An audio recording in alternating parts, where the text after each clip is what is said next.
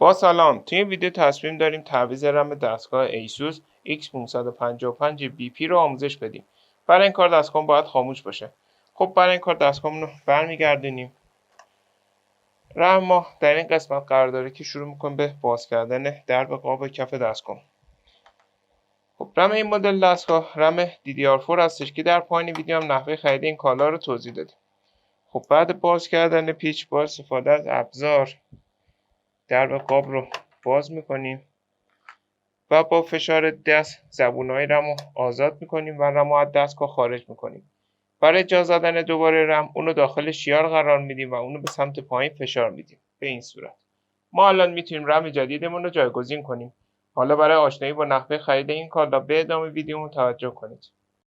برای خرید این کالا میتونید به آدرس www.iranfso.com مراجعه کنید و یا عبارت کامپیوتر افق رو به صورت فارسی در مرورگرتون جستجو کنید.